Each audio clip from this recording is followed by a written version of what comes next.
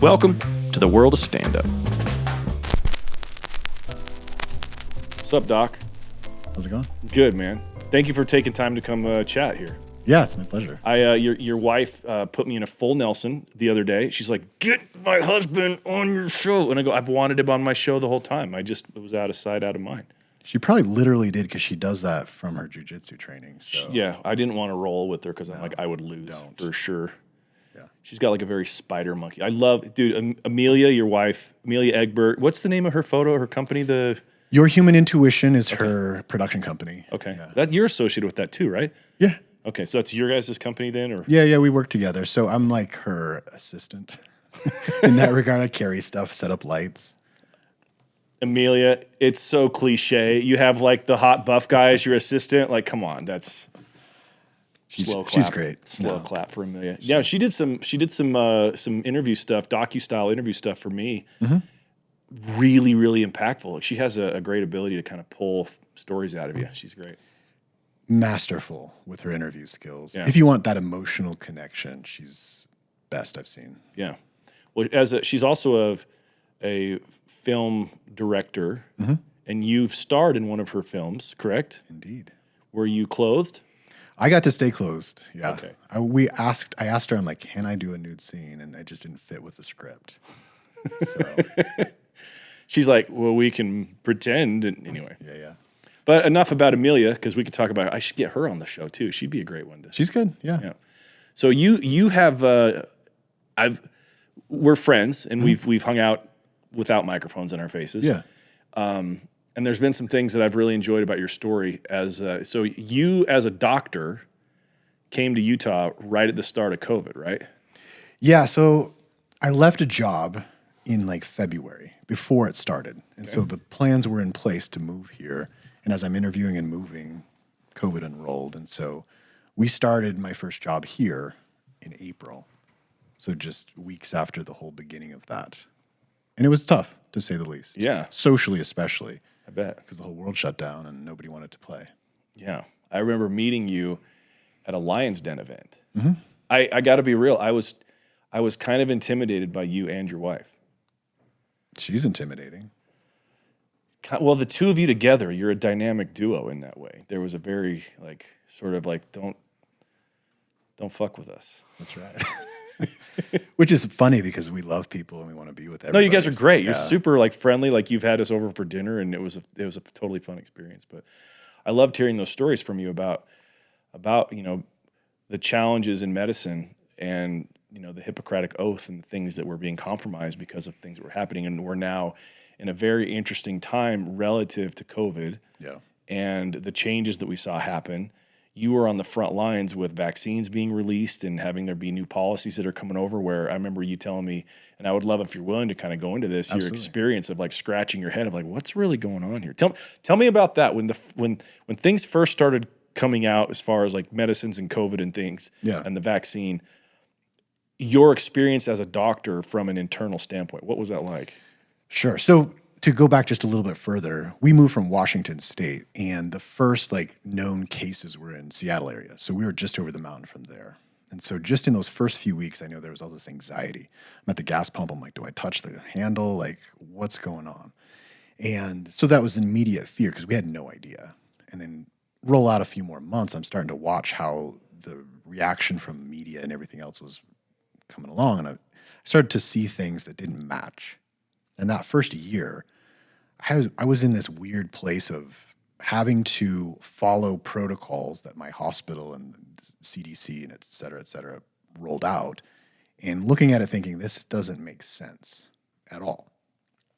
So that's challenging when you see things from a perspective of medicine that I learned, for decades, that don't match what's being said by the experts.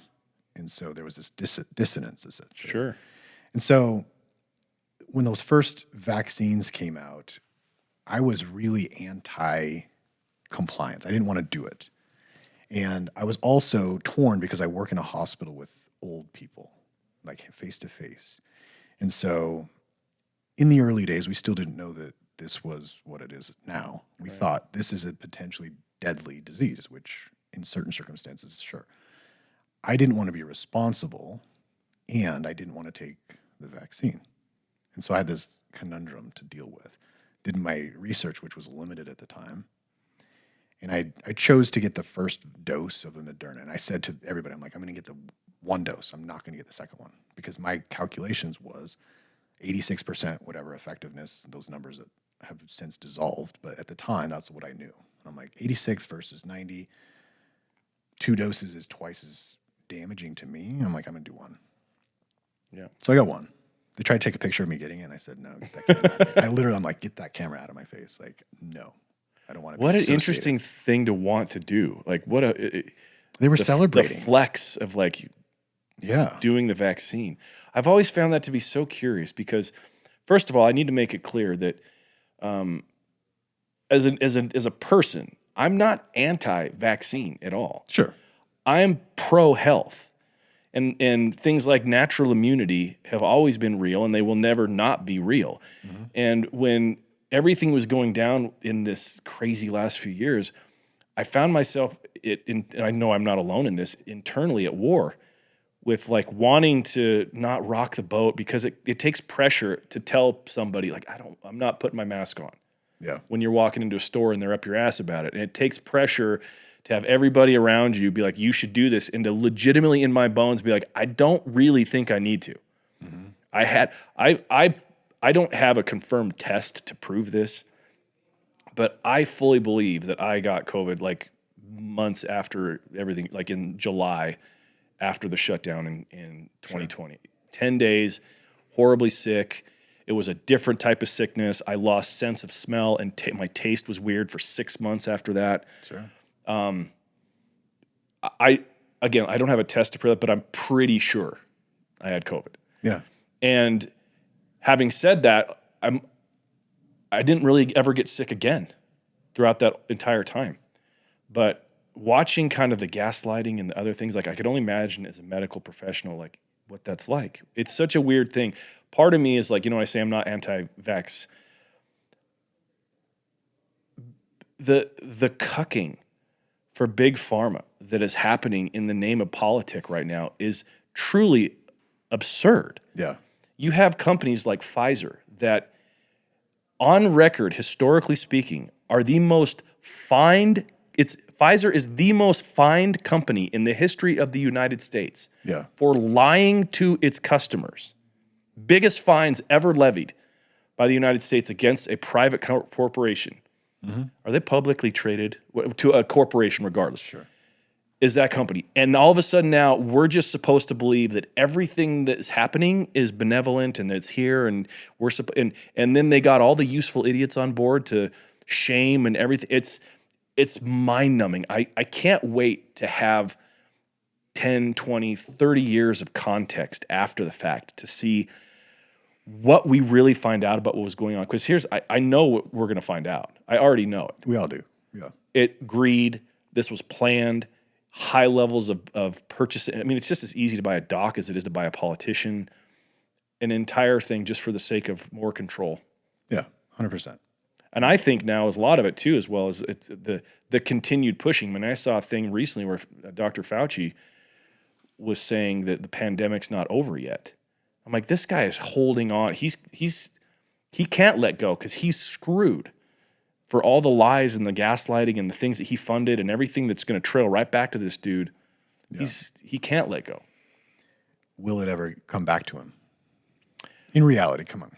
I hope for the sake of just justice that it does.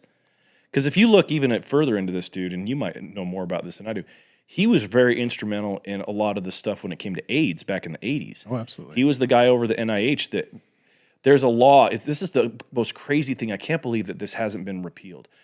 But supposedly there's a law that says if you work for a government-funded organization like the NIH and they do research towards any medicines or breakthroughs, that you get a piece of the patent if you're a part of it as a scientist or a researcher for the sale of that into whatever. So like Fauci got a cut of all those AIDS medications that they were working on to make it that way, and it was delayed. There was like a 3-year delay because he wanted to make sure that, and this is all documented, it's been deemed a conspiracy, but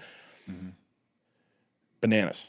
Yep. This guy has been at that game as long as he has and that nobody knows? Well, I think a lot of people know, and it's been, 40 plus years since then, about, and nothing's come to light. Well, the things that have come to light have been silenced through. Well, they've come to light, we see it, we know it, but no repercussions. There it is. And there won't no be. accountability. And that's what's going to happen with the COVID situation, because the pockets are deep and everyone that has the pockets is in power. Yeah. Dude, you were a Mormon at one time, right?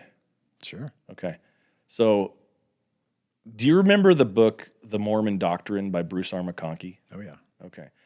So there was a big hullabaloo about that book back in the 80s because Bruce R. McConkie, who was before his death, he was an apostle of the Church of Jesus Christ of Latter-day Saints, the Mormon Church. And he had written in his book, The Mormon Doctrine, that the whore of the earth was the Catholic Church and that they were responsible for all these, evil and whatnot. And he got in a lot of trouble for that. They had to pull that from his book. I'm not in that faith anymore. I don't have any sort of thing. But I've kind of thought that where he missed the mark was, I think that pharma is the whore of the earth. That the amount of damage that has been done to society in the name of medicine and health by those massive entities, we will never know the depths of how much damage it's done to society on a global scale. They have good medicines and things that work, but there's so much. I mean, look at the opiate epidemic. Billions of dollars in their pockets. Yeah. No repercussions. None. They paid some fines. So many deaths. Those fines are like business expenses. Yeah, it's like a bar tab. Oh, we got to pay another $2 billion. Yeah, that sucks. Well, yeah. There's a friend of mine that he lives in Cincinnati, and the Midwest is just. He's had 7 of his high school friends die from opiates. Mm-hmm. Yeah. Who cares? Like the opiate, whatever you want to call that, epidemic paved the way for this fentanyl, which is now coming in across the borders, which is illegal. But without the groundwork being laid, with all the addictions to opiates, where would the fentanyl come into play? So you can see that combination there. Right. So interesting. It is interesting. I only bring that up because I wanted to kind of set the stage with you. You clearly have a different viewpoint on medicine, and you understand health in a different way than I think a lot of doctors are willing to acknowledge, and I love that. Sure. Like you clearly do support and espouse Western medicine, but you're also open to other modalities of medicine. Tell me about this new deal you just opened up relative to men's health. Yeah, so it's pretty straightforward. It is within the Western medicine model. It's a testosterone replacement therapy company. Okay. Now, why? Going back to pharma real quick, there's a book, and I don't remember the title, or the premise was basically this. 50% of medical research has been tampered with to the point of being unreliable. 50%. Really? Half. And that being from poor studies funded by pharmaceuticals who have bias, of course, right, and poor reporting, et cetera, et cetera. So 50%. Which half? Right. Do you know? I don't know. And nobody really knows. Well, that's a funny thing. You look at the numbers that were a part of kind of going back into the COVID era. The CDC was putting out this nonsense, and now they've reversed it. And it's like, yeah, well, what's true? Who's telling the truth now? So it destabilizes the faith in the system. If you had a partner or a business partner who 50% of what they say is a lie, you trust nothing. The irony of that when half truth is still all lie. Exactly. To a normal mind. It becomes an all lie. Yeah. And especially if you're thinking about this. So from a medical perspective, if I'm to trust the standards of care, trust the medications, trust the systems that have been in place, and half of it potentially has significant flaw, and I don't know which half, what do I trust? And how do I move forward to treat? You come to me and you say, hey, I need help. And I'm like, well, I've got this. They told me it helps. Who's they at this point? Yeah, right. The they. Well, and even there, it's like I saw a supposed doctor it was on a morning show or something, literally saying that obesity was genetic and there was no way around it. That diet doesn't matter, exercise doesn't matter, you're going to be that way, and that's the new thing. And she was clouding it that like it was some sort of standardized.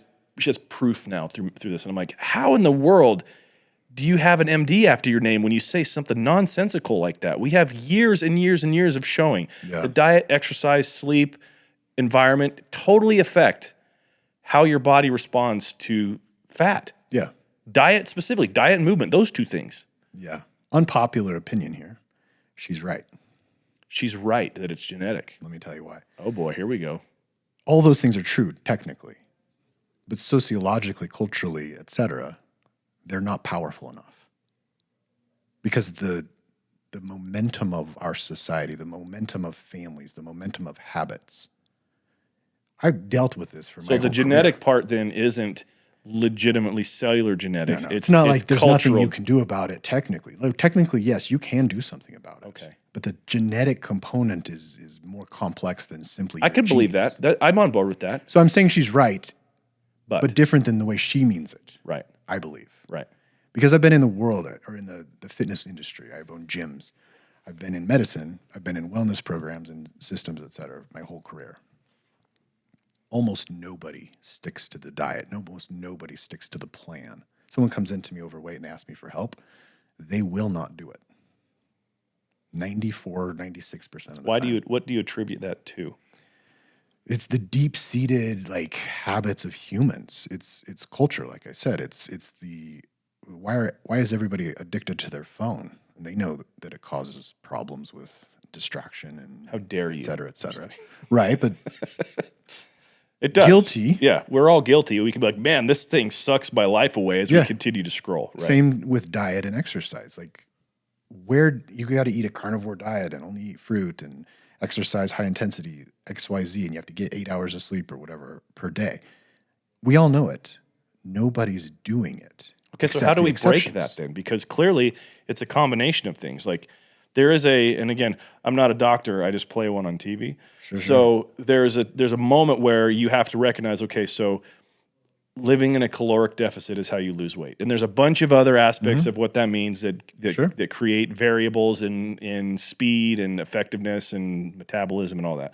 But generally speaking, if you eat less calories than you burn, you will lose weight. Absolutely.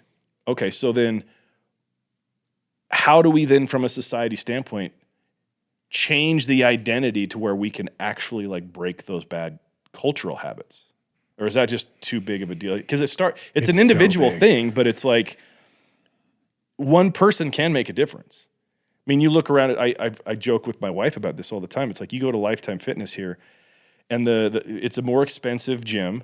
Yeah. It's very nice, has like a country club vibe.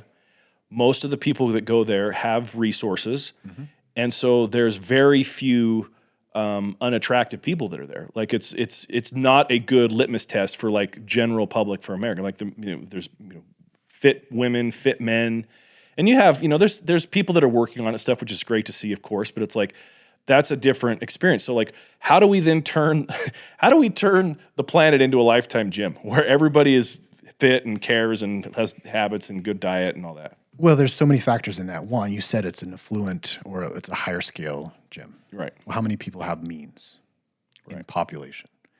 You're self-selecting, or at least that audience that you're looking for is a selected audience. They're the ones that are sure. But what I'm successful. thinking, like, so what are the variables then that make it so that those people congregate in a place like that? Because it's not just means. I've met plenty of very, very wealthy people that don't care for their bodies. Sure. But the vast majority of people that are healthy tend to have corollary capacities. They're successful in other areas of life. Okay. It's like the way you do one thing is the way you do all things. So that kind of goes with it.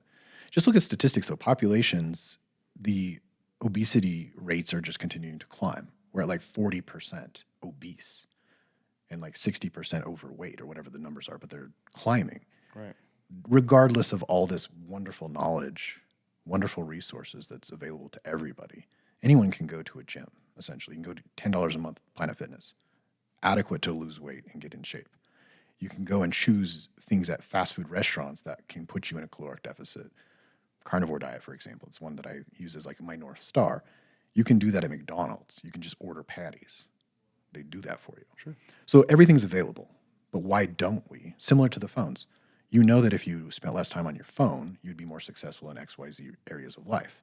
But you won't do it because the phone is always there. It's so fun, man. It's so fun. So is all the yummy food. It's so fun. Yeah. And so that goes on and it goes on and it goes on and it's everywhere. And well, at what point do we reach that to where like we look around as a society and we go, this is a problem? we're already saying it. I've been saying it for 15 years. I know, but we're the annoying ones. Sure. We're the annoying people that are in shape. And we're saying like, look, people, what are you doing? And then we get judged as like fat phobic or whatever. It's like, Sure. no. Like I have people I dearly love in my life that don't care for their bodies. And I'm seeing the effect of that. It has nothing to do with any sort of shame or trying to like I've had close friends of mine crawl up my ass about my social media every time I make a comment about health. Or there's something that is just so completely absurd that I make a joke about it.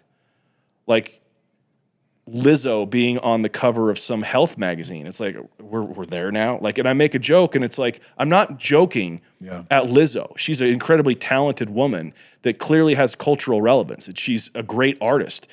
But I'm making fun of us for saying, oh, that's healthy now. Oh, yeah. Because you're lying to yourself. Like, it's so funny. I found, like, on TikTok, I'll get on these little things, and I didn't even know this, but there's, like, a scale where unless you're at a certain, like, weight or size, you can't talk about fat problems. And so, like, if there's, like, a woman, and this I laughed so hard when I first found this out. I'm like, the amount of mental gymnastics it took to establish this sort of thing. So, like, if you're, like, a 200-pound woman, and you're speaking on, or man, and you're speaking on the issues of weight. Somebody that's at 300 pounds, they trump your opinion because they are higher up in the scale. Sure. And then they get trumped by, the bigger you go, the bigger you are, the more weight your opinion has about that. And I'm like, this is odd to me. It's like, victim politics. It so is, yeah. So whoever has the most victim points wins. We should make a board game like that, just to kind of poke fun at it. The Victim Olympics, man. Or something. There's so much, and that's a conversation for hours. The way people perceive what's new and what's true and what's relevant. Yeah. Everyone's out there playing pretend. I don't want to play pretend with you. So if they're like, oh, let's pretend this is beautiful and put it on a magazine, I don't want to play that game. I love that perspective. I love that perspective. If you want to pretend you're a cat, I don't want to play pretend with you. I have a 3-year-old. I'll play pretend with her for a little while, but when I get sick of it, I'm done. I'm not playing pretend anymore. Yeah. So if you want to come and pretend you're something you're not. I wonder where that turned, where all of a sudden we became willing to entertain that delusion. They call it an identity. So, I mean, it's a cultural thing, though. If you look at, like, even 10 years ago, it wasn't nearly as... No. I mean, you look at 10 years ago, Kevin Hart cracked a gay joke that made it so he couldn't host the Oscars. Whatever, yeah. And that's gayness. Like he cracked the joke that was in bad taste back then, but it wasn't nearly as like dangerous back then to make that joke. They had to come from our time and look back at what he was saying at a time where things were different. It's not that he would have done what he said he would have done about his son being gay. Sure. Back then, the transgender and a lot of this sort of other thing wasn't even in the radar. It was like this small fringe of like, nobody cared, and it's become so prevalent in this sort of way where it's like, I wish I could understand from a societal standpoint how it got to this point. Because I don't believe, like, and I say this with love, like I have daughters and that have their challenges with those sort of things and whatnot. So it's not out of judgment that I say that, it's out of curiosity. Like I want to know how we got to a point where we're going to in some way try to act like that's a biological thing. Or that it's and it's not exactly what it is, which is just dysmorphia. It's a delusional thing in the mind, not that I was actually an alligator that was born in a human body or whatever. Because that's legitimately how they speak about this. Yeah. Like, dude, my daughter, I have a bit in my act about this. My daughter went to prom with an elf, who completely identifies as an elf. Completely, yeah, of course, ears and everything, like had the prosthetic ears and everything. And when I asked my daughter, like, what? If the elf was a biological male or biological female, my daughter told me that was none of my business. Like, this is where we're at now. Until they say it's your business, and then you have to respect it. Of course. So it's like children playing pretend. And it's like, oh, I'm changing the rules mid-game so I win. Jordan Peterson talks about. I think that you're onto something there. Jordan Peterson talks about when you can't win in the normal hierarchy, you create an alternate hierarchy to which you can win in, and change the rules constantly to continue to stay ahead. Yeah. So it's just. Have you ever come across that in medicine? Like anything with? Oh yeah, it's always in psychiatric wards or really? Or otherwise. So yes, a lot. I've seen a lot of really sad cases with people that have had dysmorphia. I've seen the end of the road. It's like they talk about, it's always the like coming out where it's like exciting and new and fresh, but they don't show you 10, 15, 20 years down the road when they've had completely destroyed bodies. They're multiple suicide attempts in, they're drug addicted. And I've had trans patients die in front of me in the ICU because of the complications of that life. A transition surgery type thing? Transition surgery and drugs and all the things that go with it if you look at the statistics. Okay, so bringing back in the idea that big pharma is the whore of the earth. Sure. I read a statistic somewhere that said every transgender child equates to over $3 million in profit per kid for big pharma. Because of complications, because of treatment. Drugs, surgeries, complications. Like once you transition, you're on that pill and that thing forever. Sure. Because your biological body doesn't normally handle that. It's not the same. You have to continually modify it. And the most dangerous thing as somebody that has daughters that is involved in this. I mean, my kids aren't transgender. My one daughter's a pansexual, and the other one, she has they, them in her bio, but she's never really been open about what she is other than she came out as gay when she was in her early teens, and then she transitioned to saying she was a pansexual in 16, 17, and now she's 20, and I think I don't know. No. And anytime I've tried to like lovingly as her dad just get to know her, like it's a very walled off thing, like she doesn't want to talk about it. Sure. So this part of our society is very real to me. Like I have firsthand experience of this within my family, and so I'm curious about it. I want to know. Yeah. And because it's one of those things where it's very difficult to hate up close. Mm-hmm. It's very easy to dislike and disdain from a distance. And so when it comes to a lot of this, I don't have any sort of like disdain or anything. I'm more curious about this, but like I realize I can see how people can be totally bothered by this and think it's nonsense and bullshit and just, become There's two sides of it. To go off of that, there's a quote I love. It says, if you can't say you love someone, you don't know them well enough yet. I like that. And that's just my rule of life. So like, I'm not talking about my perspective on an individual basis. Individuals are humans and they have feelings and they have an experience. And that may be dysmorphia, that may be identity, et cetera, et cetera. And I'll be compassionate and love them to the ends of the earth. And there's a creep in cultural and societal conversation that has implications for others. The pretend, that's a term I use. So similar to like Jordan Peterson, he gets upset about compelled speech. Yeah. I don't want anyone to tell me what I have to do in any way, first of all, but especially what I say and how I be. So if someone wants me to call them certain things, I don't want to play that game because it opens the door for the rule set to get shifted and shifted and shifted. But as an individual, I understand that. But as a whole, I think it's dangerous. Yeah. Well, I don't know if you've had the chance yet to listen to Russell Brand on his most recent episode on the Joe Rogan Experience. Clips, but not the whole thing. It's fascinating. Those two guys, I mean, just verbal sparring back and forth is really, really Brand interesting. Is brilliant. He has these long-winded rants that are just so articulate and brilliant. I'm like, wow, that is beautiful. But he presented an idea that I hadn't considered that actually makes sense because when you step back from the elephant, sure, you can see that part of what's been pushing this sort of narrative and this idea, it's been coming from media, and it's been being supported by government. It's like the press secretary for President Biden has said, we have, more representation in Biden's cabinet for, these different, LGBT and trans and the whole thing, right? Right. And that what has happened is that basically from the left, they've created such a lack of trust in the agency of government. Nobody believes the CDC is right anymore. Nobody believes the FBI isn't compromised anymore. Nobody believes the CIA isn't just doing clandestine stuff and spying on Americans. Like, everybody has a really more than healthy distrust of the government. And a part of it has happened because if you look at, and this is both for Republican and Democrat politicians, but it seems to happen more on the Democrat side, where they blatantly lie about certain things and they get caught in their lie and there's no accountability for it. And the way that they sort of like do the little shell game is they bring in the cultural aspects of love and acceptance for these new types of people and these new ways of life. And they push against your resistance and they tie your resistance to your lack of trust in the government so that they can have a direct line to your willingness to be compassionate to your trustability in the government. Sure.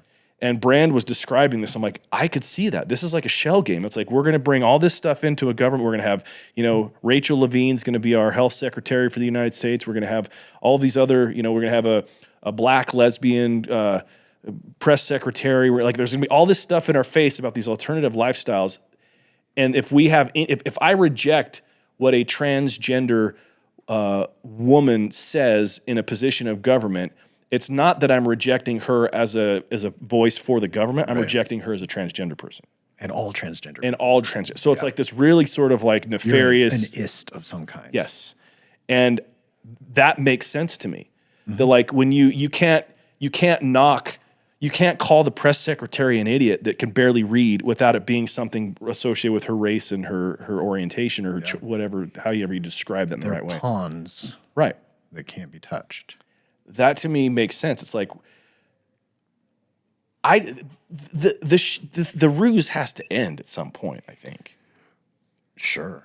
And is it ending?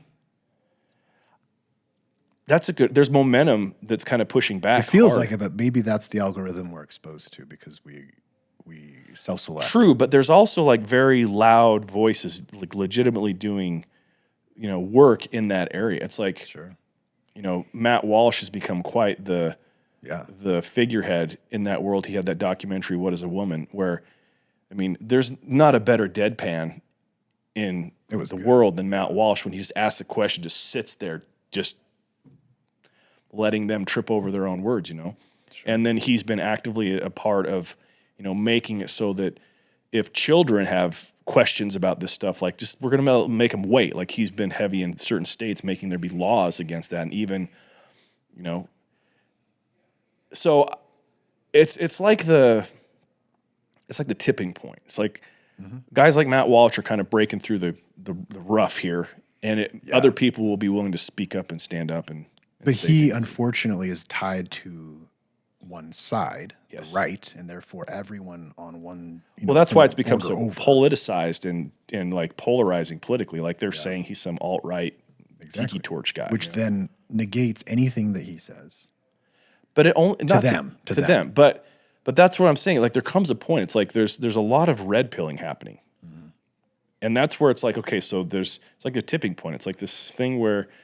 Like when you fill up a glass of water and you get to the very top and like it kind of there's like that bubble at the top and then it breaks and it just flows. I think we're close to that as far as like, and the beautiful thing is like it's not that any of us really care if somebody wants to live a life like that and really does feel those things. Great, go do that. There's no problem there. But let's have it be in its proper place. Yeah, leave me out of it. Yeah, leave me out of the game. Don't act like words are violence. Sure. Like we don't like. Anyway, it's talked a lot about this more than I thought it would. So there's a few circles I want to come back to. Okay, big pharma, big food. Yes.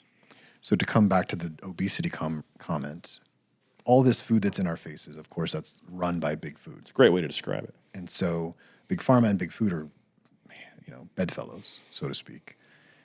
To bring that back even further to what I'm doing with testosterone is this. Like, this is one thing I trust as a treatment that can make the most difference. Well, there's a reason why it's demonized, too. There's a part of that, which is interesting. And that's where I'm going to go next in a lot of my content that I'm producing is, like, dispelling the myths on the natty versus juiced. Well, I don't even mean that. Like that's kind of that's like a boutique argument. It is, but it has other like ripples. Sure. Unfortunately. But I'm referring more to like there are voices that are trying to tie toxic masculinity directly to testosterone. Yeah. And say that men don't need testosterone. It's what makes you angry and makes you mean and makes you this and that. Basically trying to betify everybody. Of course. So that there's no, strength within men. Yeah. That's how I see it anyway. Well, that's part of this. That's why I say the natty juiced argument has ripples, and that's one of those. Is that juiced is therefore the evil version of testosterone. It's the aggressive abuse, like jacked roid rage guy. Toxic masculinity as a constant or a consequence, and therefore testosterone being the thing that fueled that. Well, testosterone as a whole is therefore evil, or therefore damaging, or therefore fueling the negativity of men. As a highly educated person, doesn't that just remedial argument annoy you? It's silly. Because like that's so stupid. Yeah. That's like, what do they say? Correlation doesn't mean causation. Yeah. Like it's like, okay, so those two things aren't the same, even though you're trying to draw a line in it. Not even close. So I'm going down the road of testosterone as a business model. First of all, in the world of medicine, it's one thing that I've seen over and over and over be very effective, anecdotally, and research-based. Fine. Am I going to read the studies on it? Yes, but do I trust all the studies? Not really. But Big Pharma doesn't have their hand in that because it's not a profitable drug. Really? Not at all. It's cheap. Testosterone's cheap? Very cheap. Well, relative to paying $1,000 a month prescriptions, like some others, but it's inexpensive. It's not patentable. How is it created? Derived from plants. So like when you because I've had a subscription to injectable testosterone for years. I had testicular cancer and lymphoma for a bit, and I didn't address my testosterone levels until about a year and a half after kind of everything had changed for me, and it was bad. Yeah. I was 270 pounds, 265 pounds. I was exercising a lot, but I was just like the treadmill queen. Like I was just go sweat for whatever. And actually, it wasn't until our mutual friend John Matson, I went into his gym here, and he just laughed at me. He's like, "What are you doing? You expect to get ripped like doing that?" Yeah. And he had me start lifting weights and stuff, and I was able to now, for my age, learned that working out like a football player is what I need to do: bench, squat, deadlift, sprints, things like that. Long distance cardio, don't need it. No. And then that happened. I started finding that my recovery was way too long, and I got my levels checked, and they were nothing. And I started, taking injectable tea. So I fully believe that it's needed. Like our food robs us of our testosterone. Like the culture we live in, like makes you look at the levels, like they're even worse now. You turn and you would know this. I'd love to have you correct me on this, but like 30 years old, they start to drop. And yeah, so they say like 1% to 2% per year.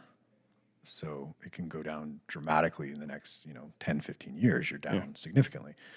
Now, I've been seeing people come to me in their young 20s that are low, which is really fascinating. Yeah. If you look back like 50, 60 years ago and look at corollary age groups and numbers, we're 50% what they used to be at the same age, culturally. So what do you attribute that to? It's so many things. It's going to be nutrition, where anytime you hyper consume sugar and other inflammatory things, the seed oils, linoleic acid, and all these others that are unfortunately very unhealthy, vegetable oils, that's like in everything. Right. Those things have downstream effects and therefore results in lower testosterone. You've also got softer living. When you go out and really get after it in the gym, that stimulates your body in such a way that says, hey, we need to be prepared for this. If you're not doing those types of things in life, you're not going to be prepared because your body adapts. So life's easy. We don't need to be strong, combative, assertive men. That makes sense because there is a hormonal response when you fight or box Everything or jiu-jitsu or whatever. A corollary reaction. Right. Lifting so weights, you go lift weights, your body says, oh, you're going to do this. Let me prepare for that. You do it again. They're like, okay, let's keep going. And you get stronger and stronger. Bone density increases. Well, testosterone is the masculine hormone. It masculinizes. And if you're not stimulating the man to be a man, shuts off. Yeah. So if you can sit there and just, get your dopamine through your phone and you're eating shitty food and well, dude, I heard an interesting statistic because I think this is directly connected. Testosterone is also a big component of sex drive. Huge. So when I'm trying to remember what the exact stat was, and so if I'm off, Sure. I'm principally tried to provide accurate information. They were saying that basically like 60% of young people under the age of 30 haven't had sex in 2 years. There's a statistic that goes along with that that's even worse. It's like 30% of men between ages 18 and 30 haven't had sex at all. Really? Well, that's the reason why that's, my understanding, so detrimental is for a number of reasons. Physical, of course, that means that there's not a hormonal response, or they're just nuking their system with pornography, which is most likely what's actually happening.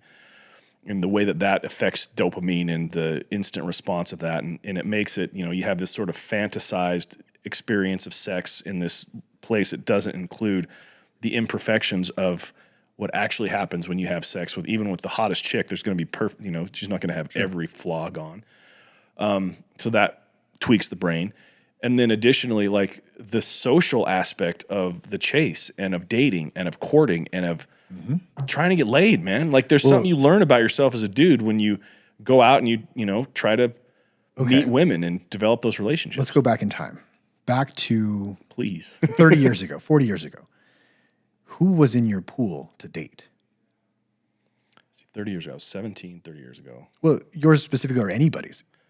You only had access to those in your immediate radius.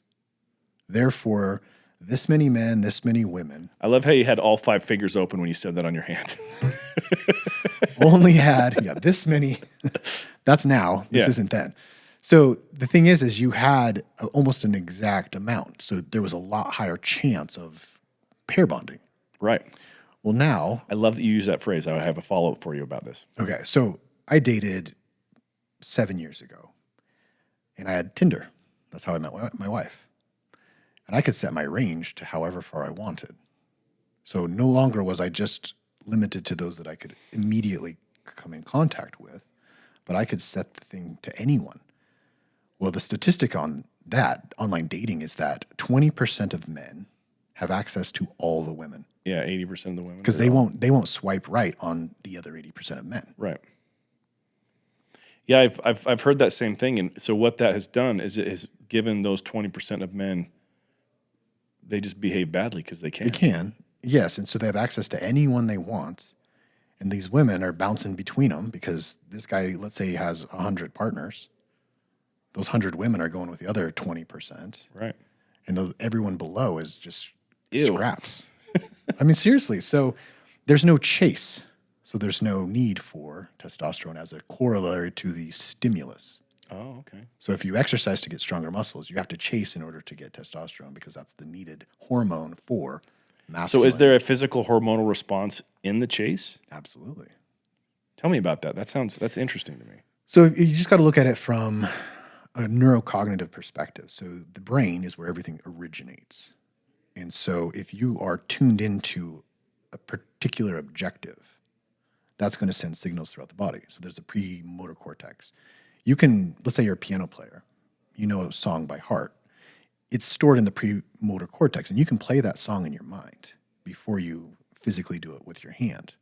And so therefore, all the things that you physically do out in the world are preemptively done or stored in the brain. So if the brain doesn't have the signal of going out and doing the thing, it doesn't send the signal to the body to adapt to or prepare for that physical act.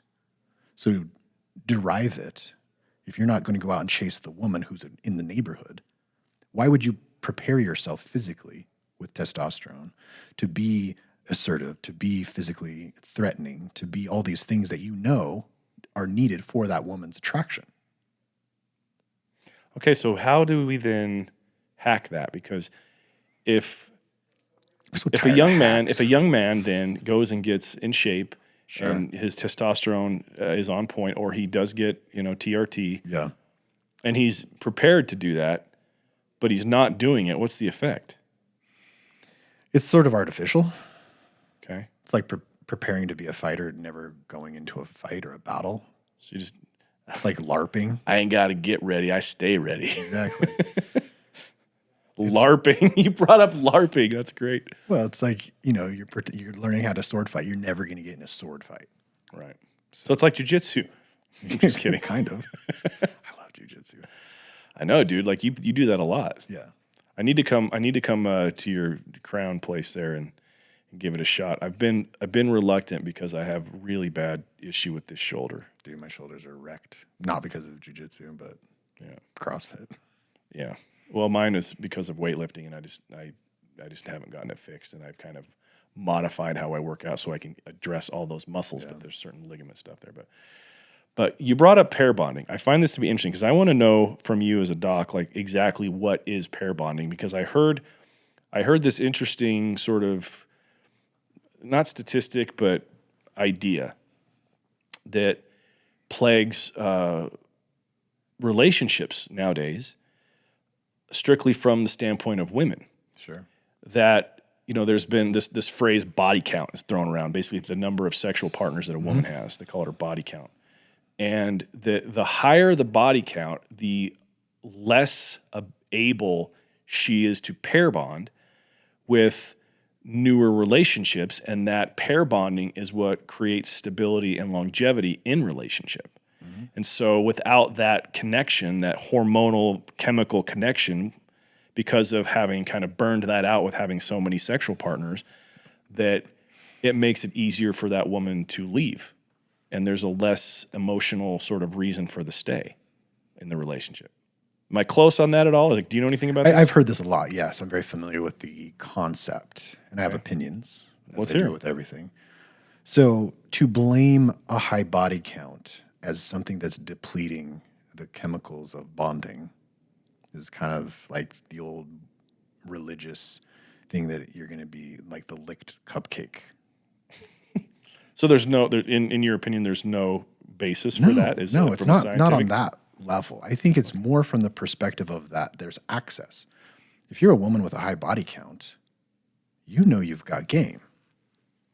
But do you, though? I've seen a lot of chicks like that are gross, and they brag about 30, 40, 50 dudes. Like, fine. Well, I'm putting that in there because it's like it doesn't.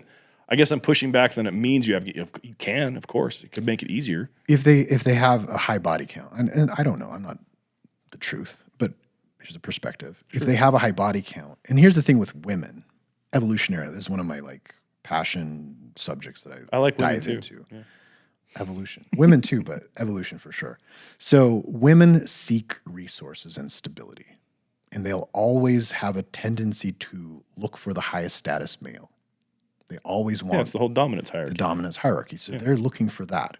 We're looking for youth. We're looking for beauty. We're looking for peace. Okay. Right. So if a woman sees that her man is no longer meeting those needs, but they see somebody else is, it's very easy for them to jump to the higher branch. Well, we see that now in our culture. Like, see it all the time. 80% of divorces are initiated by women. And they largely follow the man losing his job. Yeah. Because it's a resource thing. So if a woman has a high body count, she's like, I can go get the next branch. I've seen it. Okay. That's my perspective. Sure. Because I just don't think it's related to bonding. Because if a woman likes you and you've got what it takes, she's going to stay regardless of her body count. Well, I think there's a psychological and emotional aspect of that too. Like, because I've kind of dived down this from both aspects of it. As far as because I don't have a dog in that fight. I'm just more curious in the behavior and of humans. Yeah. And this in the sexual aspect of that is very curious to me because I've had to overcome and still am overcoming a lot of bullshit programming from growing up as a religious person, Same. And the demonization and evil of making it seem that, sex is this thing, On the flip side of it, though, I found this, and I want your opinion about this too, because I think that you would have something valuable to say. I've heard that one of the reasons why men, even though there's the virtue signal kind of guys that say it doesn't matter, that body count does matter to men in their partner, strictly because men want to be the best lover their partner's had. Oh, absolutely. And then from a psychological and emotional standpoint, if you know your girl has been ran through 50 times, it's a harder sell on yourself to think I'm the best she's ever had. Sure. And that affects the relationship in a very real way. Sure. Have you ever had any conversation about that, or is there any research that shows is there a chemical reason for that why a man would chemically and hormonally feel that, or is it just in his head? Well, I think it comes back to that dominance hierarchy. Like, you want to be the top person always. That's what we all strive for. That's why we become threatening. That's why we become status driven and financially driven. And we all wish we had bigger dicks or whatever else because we want to be the best, whatever that means. Thank you for telling us about yourself, Jacob. That was nice. Sure. So this is what we all want. We want to be the best. Like you said, you're comparing to, well, who knows, the imagination of the previous 50. Right. Are you going to be the one that holds their attention? Because the man wants commitment. Why? For stability of a family. I think it's interesting to look at those core desires. Yes, we want to spread the seed, but at the same time, we also want a partner and a family. Well, when you look at the reasons behind things like infidelity, it's never just about getting ass. No. It's an emotional thing. Yeah. And so there's got to be something there that makes sense from a chemical hormonal standpoint that affects a man. Because like we've talked about with testosterone, it affects sex drive. Sure. Well, a man's libido is very fickle if it has certain influences that make it feel inferior. Yeah, and there's stress involved. There's so many factors that compromise libido beyond just testosterone. Right. Sure. And I believe it. I don't have any, I'm not a doctor. Like I said, I just play one on TV. But I firmly believe that there's two different kinds of sex drive. There's the physical drive that sometimes you just want to fuck and doesn't matter. Can't explain why. Yeah, sure. Like you're some puppy. And then there's an emotional sex drive where it's absolutely, you want that person. There's a connection with that person. Yes. So here's a question for you. See if you have a similar answer to what I have. What's the sexiest thing about a woman?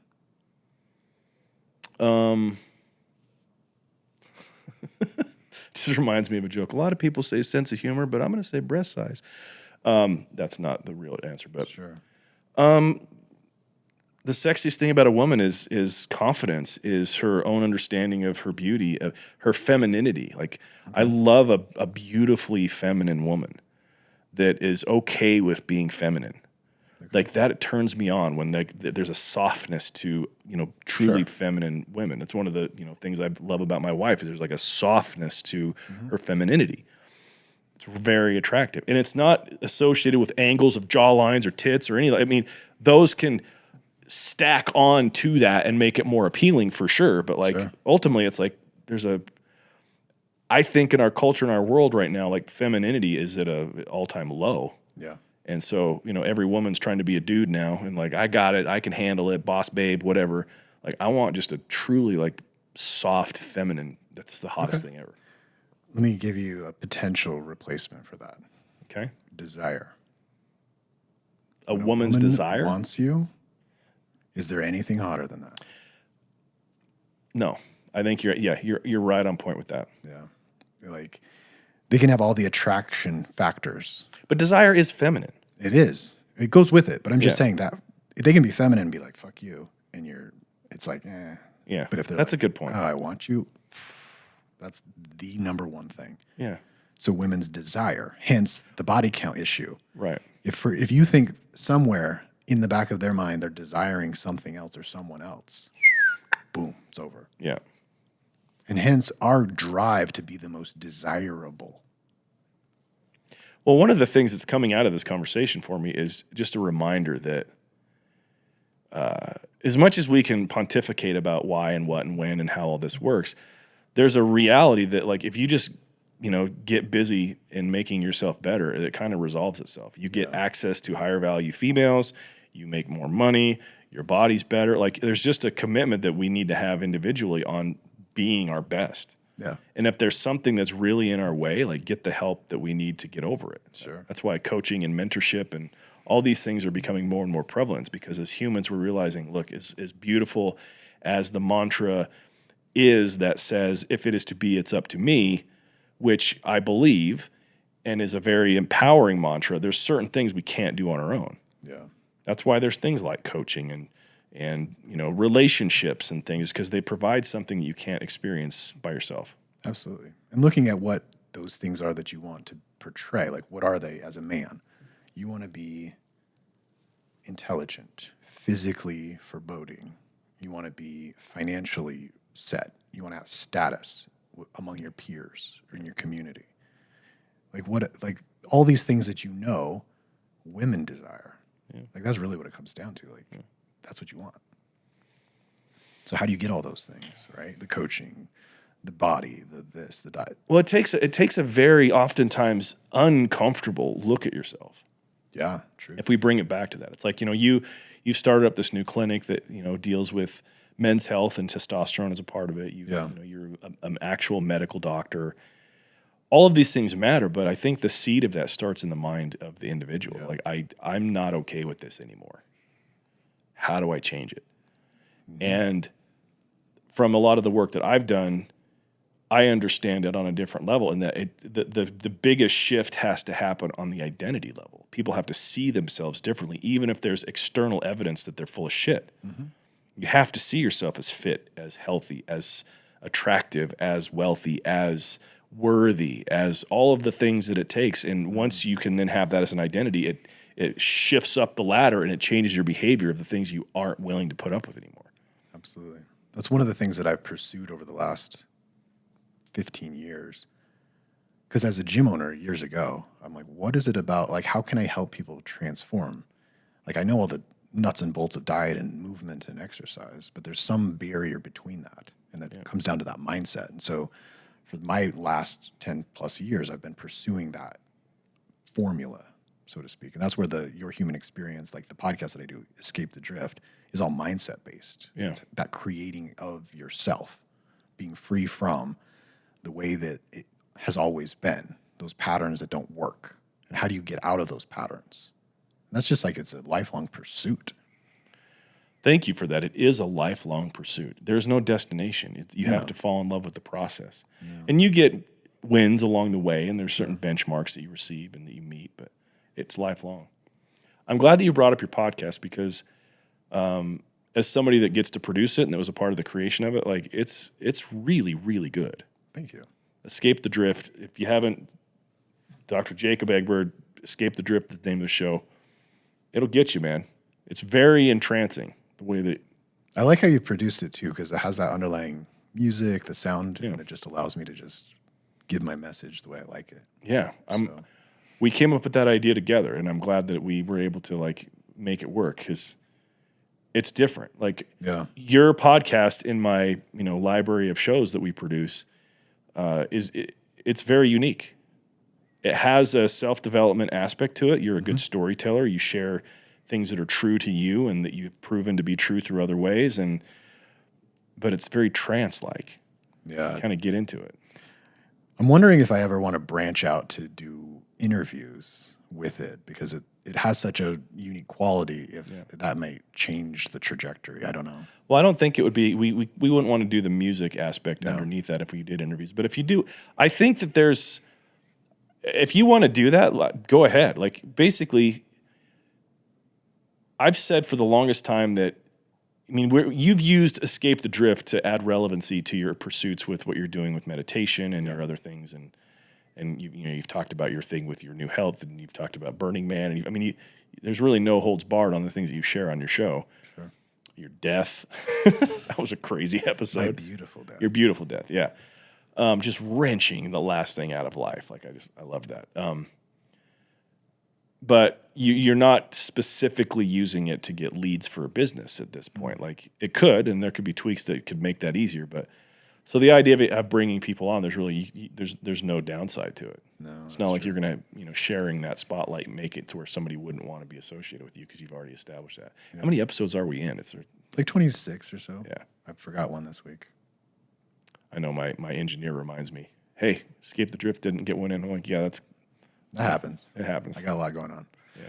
So I like to, so here's what I say about Escape the Drift. I'm in the business of freedom. And I have a deep commitment to that other people feel free. I don't know why. I don't know where that comes from. Other than that, as humans, we have this like tribal aspect to our physiology and our programming to keep others alive, to keep others safe. So if you're out foraging and you come across a fruit tree, you want to share that with your people. And that's kind of what I've come across. I have this transitory or transformational experience of myself where I've become more free. And it's sweet. It's like the sweetest thing I've ever experienced. And I want to share that with my people. Right. And so that's my motivation for the podcast currently. How much of that transformation to that space of being willing to be free? Because it's a choice. Like you have to choose into the things that make you free. Oh, yeah. How much does your spouse play into that? Amelia? Yeah. She is my, she's my truth. And what I mean by that is anytime I vary from the way things need to be or the way things work, she pulls me back. She's the guardrails to my life. And so she's my testing ground. Like if it's not working there, something's not working with me. And so if I want peace with her, something's not working over here. And I got to go to work.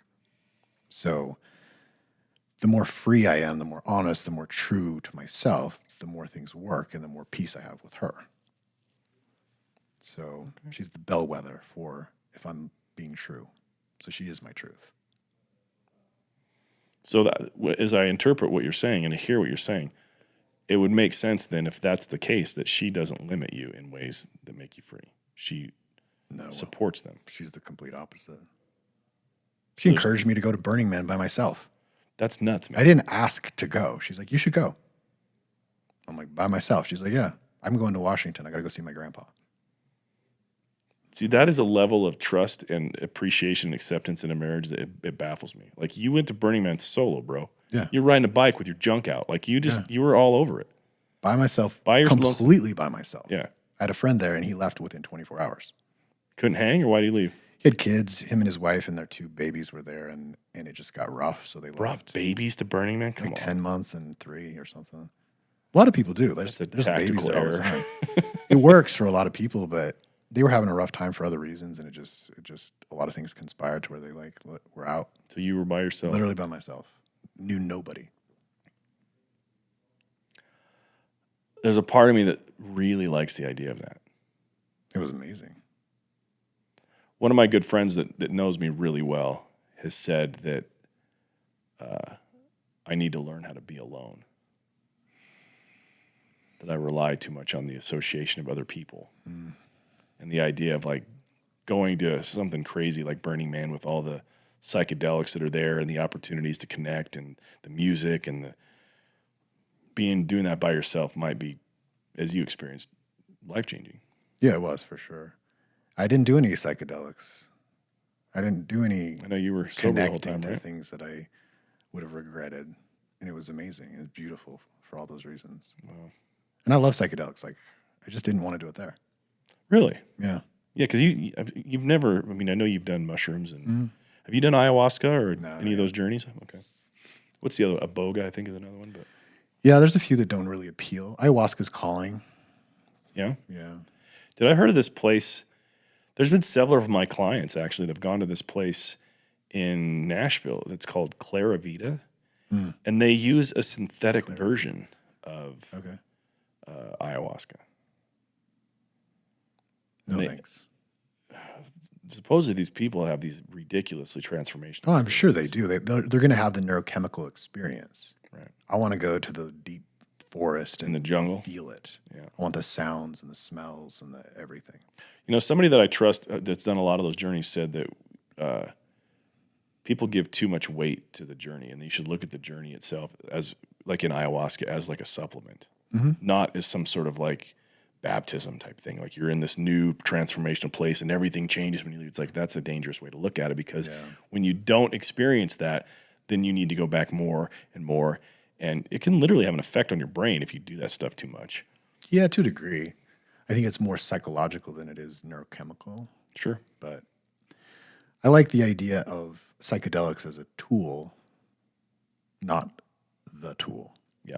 Like it's not like well, yeah, like a supplement. crutch. It's like I'm gonna, I take protein or pre-workout or whatever, and it gives me a little bit of a different experience that makes me feel and perform differently. But you're overall committed to the journey of fitness. Sure. And you're doing the work outside of the pre-workout, and the pre-workout boosts. That's sort of how I see psychedelics. That makes sense. I had a really interesting, there was one time when I was tripping and I was on my back porch, and, I've been in the process of trying to develop myself into something better for most of my adult life. Sure. And part of that has been a regulation of my own emotions. I've really found that the people that can control their emotions can control their lives. Doesn't mean you don't feel your emotions. Doesn't mean you don't have whims of, rage and anger and lust and all of the emotions, but like you got to have them in check, Well, I was on my back porch and I was looking up the sky, and it was kind of this dark, ominous time in the sky. It was getting close to the sun going down, and so there were some clouds that were there. And I looked up, and there was this I was having a hallucination of this very evil, dark, red-eyed demon/dragon that was in the sky, and I felt fear as I was looking up in the sky, feeling this. And these words came across my mind because I was I could see from my past experiences when I wasn't as evolved in certain things, that being the start of a bad part of my trip. Like freaking me out and being scared of whatever, and this thing kind of doing its deal. But I had this feeling, and these words came across my mind that says, find the beauty.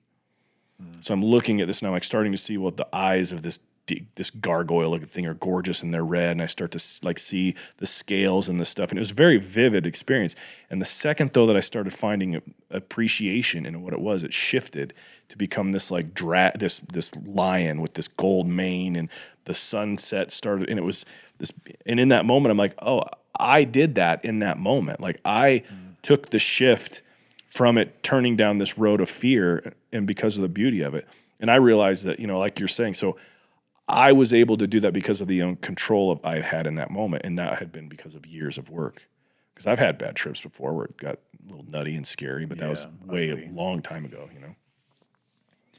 So you did the work, but something whispered to you what to do. Yeah. I've always wondered where that came from. I had a vision recently in a breathwork session that I did that I talked about on this very podcast. And I don't hear audible things in meditation or when I'm tripping very much. Yeah. I rarely have visual visions. I have to take a lot to be able to hallucinate when it comes to that stuff. Okay. And so having those type of things, like I wonder where the source of it was, where did it come from? Like this manufacturing of like a motion picture in my mind, or like an audible voice that says, find the beauty. Yeah. I have one experience of an audible voice so I did mushrooms for the first time. I did like 2 grams, and I got one message, and it was, go deeper. That's it. Take more. Just literally just said, go deeper. Yeah. So the next time I did like 5 grams. That was deep. That's a bunch. It was an experience. That was beautiful. They call that a heroic dose. Yeah. It was. I always laugh at that name. Where did they come up with the name heroic dose to say that's how much mushrooms you take? Are you going through a journey there, buddy? You gonna rise from the ashes at the end of that thing? Who knows? Maybe it's what it feels like. It's like you go in many different directions, or at least I did. Yeah. I was the hero, and then I was like the grossest version of me of all time, and I got to see it all. Wow. I've enjoyed, I really love listening to music when I'm in those states.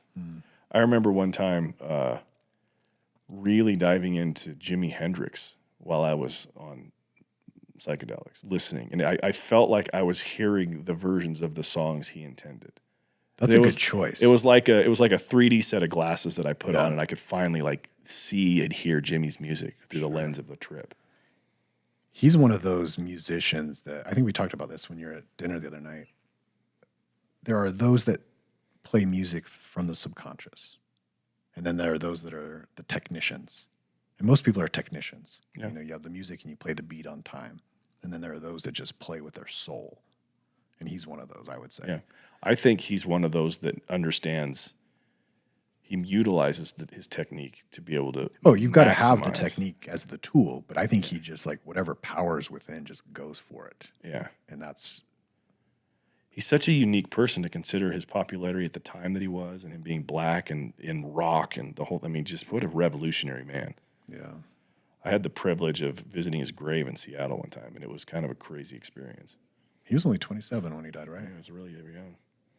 Yeah, it's like in Renton or something, suburb of Seattle, and it's really well cared for. Like there, people put flowers there all the time, and especially up there. Yeah, it's kind of cool. Good old Jimmy. So we have a segment of this when we wrap it up for current events, where we our producer over here gives us some ideas, and we usually make fun of it. Is what we end up. We talk shit on what's happening in this world. I have opinions. I can there you go. Pretend I know stuff. So what's up, Captain Parker? What do you got today? Well, we went a lot of places this podcast, so let's start with something light. Perfect. How about a porn Zoom bomb forces cancellation of Federal Reserve event? Wait, say that again. Porn? A porn Zoom bomb. What is they're having a Zoom meeting. So they're having a huge Zoom meeting. It has 200 people, and someone had gotten the password from somebody, hacked it, whatever. And it you know how you can like set it to like mute everybody. None of these controls were on. It was just like an open Zoom meeting. This guy came in, and started blasting stuff. Oh, there's no video, but it got shut down in 2 minutes. So, well, 2 minutes. That's about right. Long enough for you. Hey, I could be. Yeah, that's hilarious, dude. That's the type of hacking I can get behind because it doesn't seem truly malicious. It just seems like he's punking these dudes. So here's what would be most entertaining with this is to just sit and watch all the videos of the people's reactions. Oh, their faces like what? In which people are like, I recognize that one, or people that like.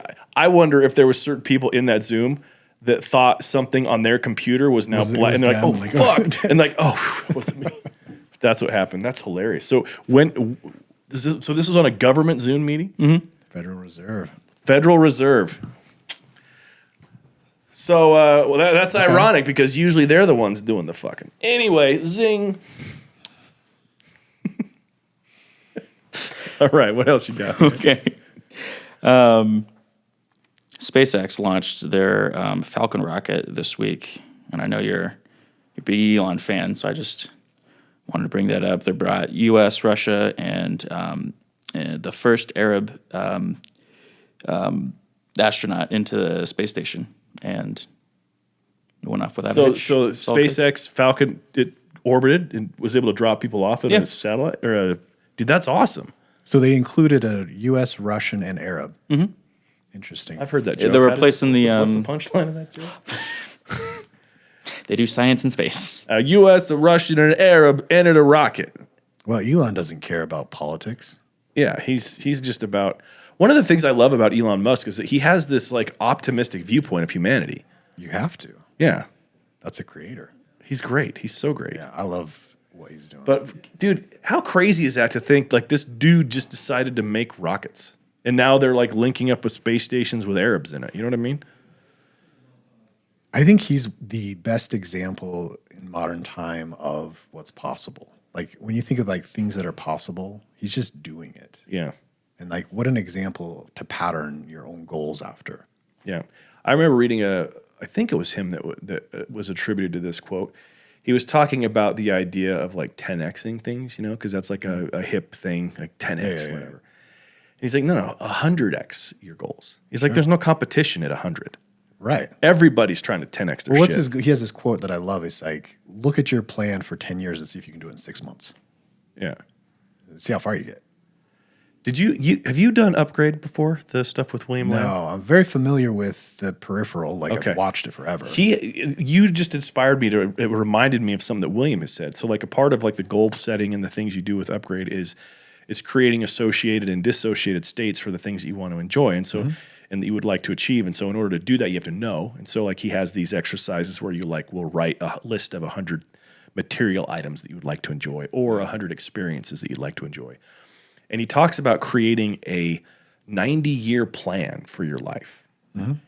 And I pushed back. I'm like, I'm 47, dude. I'm not going to live to be 150. He's like, no. He's like, you create this plan that could outlive you. And what happens is that your subconscious mind realizes that time isn't the thing that gets you this plan, it's creation. And it just starts putting stuff together very quickly.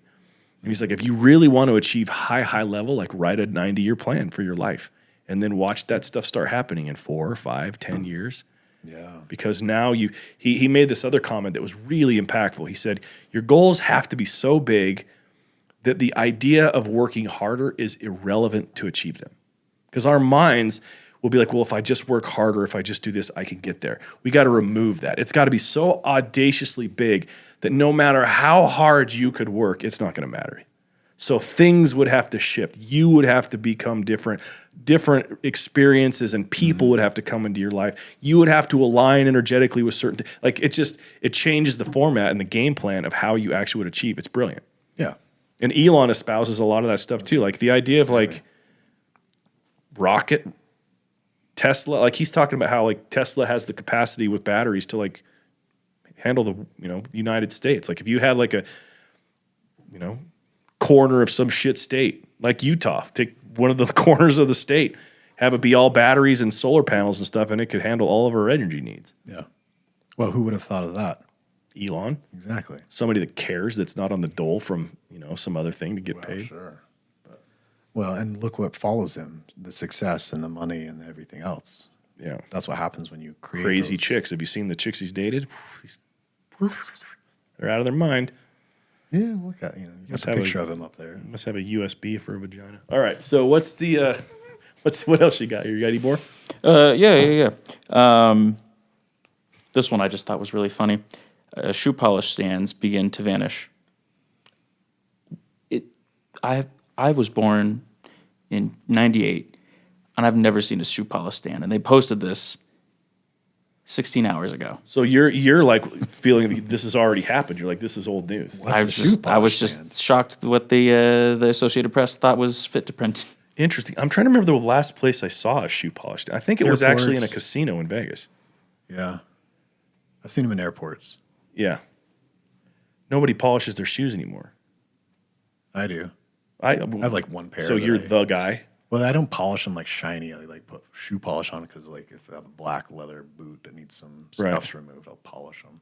Yeah, I used to do that too. As a missionary and whatnot, you had to. Oh yeah. That's crazy. Well, I guess it makes sense. Well, I'm more curious, what are they replacing them with? Because there's definitely a kiosks that are unmanned now that were once shoe polish places. Vape vending machines, maybe. Right. There you go. Well, nobody wears shoes that need to be polished. A few guys, but it's like a wealthy thing to have like really nice shoes that need to be polished. Like it's nobody wears them. They're uncomfortable as fuck too. The wealthy guys that have shoe polishable shoes have more pairs of shoes than are required to polish. Right. Because it's back in the day when you had one pair of shoes and you had to keep them looking good. That's true. Like as a missionary, you got freaking 2 pair or whatever. You gotta. Yeah, I think I had one that I wore. I wore them every day. You went on a mission? Yeah. Where'd you go? Netherlands. The Netherlands. Yeah. Okay. Debauchery land. It is, huh? Yeah, it was rough. It was rough. That's what planted the Burning Man seed for you, huh? That place is gross, though. Oh. Yeah. Like red light districts and I don't know. I didn't like it. Yeah.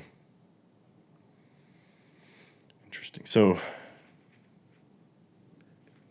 that's not, why am I'm having like a mind freeze about that part of Europe.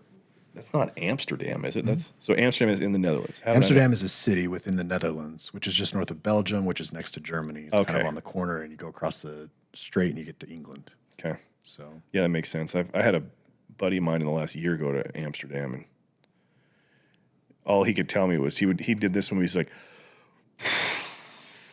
bro. That's how he described what he saw. I go, okay. Yeah, I think here's an interesting thing about the world, state of the world, similar to the dating, like everybody has access to everybody. Do you remember when things were interesting? Like there were faraway lands that you didn't know much about. Yeah. And now you've seen every corner of the earth in HD. Like you can go to any jungle, any forest, any city and watch 4K imagery of it. You know what? This is interesting. I think that is what contributes to a lot of the anti-American sentiment, because they don't realize that even though it looks the same or better or whatever in other countries, the experience of living there is Vastly different. Nothing like it is here. Yeah. I really feel a lot of the people that have it out for demonizing what America is and the foundation of what we were and everything, they've never traveled outside of this country. Well, they're also coddled by the ease of what we've created. Yeah. I think that's the other side of it. Well, they don't realize the tentativeness of if that goes away, it changes everything. America really is the last bastion of a lot of things that if it goes away, dude, we're fucked. Look how close we came with the COVID stuff. Yeah. Like a reality. Well, they're still even trying that. Like I saw a thing where, and I don't have proof of this, but it was an article that I saw that said that Biden signed over some piece of something to the World Health Organization for the next pandemic. I'm like, oh no, he didn't. And the fact check was like, well, he didn't sign over sovereignty, but there's this. And I'm like, dude, that's treason right there. Like, what are you doing? No accountability. No accountability. Come on, man. Anyway, well, dude, I've really enjoyed this chat. We went a lot of different places, man. Everywhere, right? Hopefully we don't get canceled for speaking truth. We won't be. I'm uncancelable. Me too. I'm just going to say it. I don't give a shit enough. Like, if you don't want to work with me because of how I feel, thank you. That's a good point, huh? We're getting to that point where, like, from a marketing aspect, we all curate our own audiences and we all curate our own interests, and it's getting that way in business. There's certain people that just won't do business with other people because of their politics or their opinions, and that's really crazy to me. Yeah. Where I am at risk, and this is where I was really concerned to bring it full circle to the pandemic, is that my license is tied to state protocols, et cetera. Right. And so that is a risk I have. They could cancel me, and I'm not very good at many other things. Yeah. I figured out. You're harmless. They're not going to do anything to you. No, I know. I'm just saying that's the one area where someone could pull the rug right out from under me. Right. So actually, I was at risk of losing my job during the pandemic, literally, had I not. So here's what it was. I got a religious exemption from the vaccine because I didn't get the full vaccine. Yeah. So where I worked prior to moving here, they fired doctors, didn't have exemptions. So I would have been fired. Which, had that happened, you'd be embroiled in a lawsuit right now that would be getting you paid in a moment, because there's going to be some serious, There better be. some serious reconciliation of that stuff, or losing your job over a vaccine that didn't even work. So all these people during those early days of being like, I don't wear a mask, this or that, it's like, good for you in your unencumbered financial state. I have bills to pay and kids to feed, and I don't have a lot of options. If you take away my medical practice, I go from high income to zero real fast. Right. There aren't a lot of jobs for unlicensed doctors. Just sell drugs. Well, I'm trying right now. All right, so where do people go find your new deal? So you can look at my Instagram's probably my hub right now. So Dr. Jacob Egbert. Okay. But that's my personal page where there are links to Primal Mountain Medical. So primal.mountain.medical on Instagram, or website primalmountainmedical.com. Okay. And of course, Your Human X is also my mindset training. Are you required to be local to have you as the doctor for this? Yes. Unfortunately, I guess you have to be in Utah State because that's the state I'm licensed in. Okay. And so currently I operate on telemedicine. Like I can just do a Zoom call. That's it. We can start.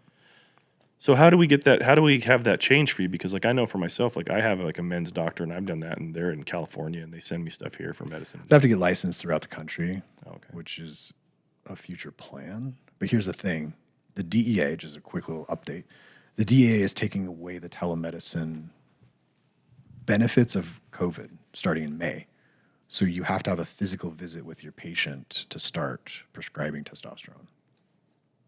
That sucks. So if you're grandfathered in, you're in, but new patients will all have to be physically seen by me or referred by their doctor, which most doctors don't like to refer for this.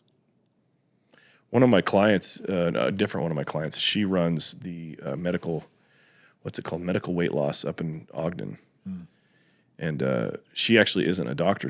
Her dad was one, and she's really sharp and understands medicine. And she might as well be a doctor. She's got enough research and schooling, and so she has doctors on staff that like do all the prescriptions and stuff. But she's pretty revolutionary in that. I helped her with her podcast because, specific to men, like there's a lot of, like you talk about what a normal testosterone level would be, right? Well, a lot of the things that she deals with on the women's side are things like PCOS and thyroid issues and things. And what normal isn't even remotely close to what it should be. She's like, there's normal, a scale. That's like, you could be normal for an 80-year-old and you're 27. Do you want to be normal for an 80-year-old? And she's taken that. She actually had to kind of get some of her medical professionals that are on her staff on board with that because they were so traditionally trained. And she's like, look, consider this. And she's so sharp. Her name is Tiffany Christensen. Okay. And she's actually who I have my testosterone. I get my stuff through her clinic. Good. She's great. Yeah, if you were to treat normal as normal, which many doctors do, they'll have men come in at 290 testosterone and be like, "You're normal." Yeah. I'm like, "No, let's see you at 900." Yeah. Let's see you feeling amazing, 1200 even. Yeah. So. Well, that's the thing is that, I want to be great for 25 at 47. Like, give me 1200 all day long. Yeah. Forever. Yeah. Forever. Yeah.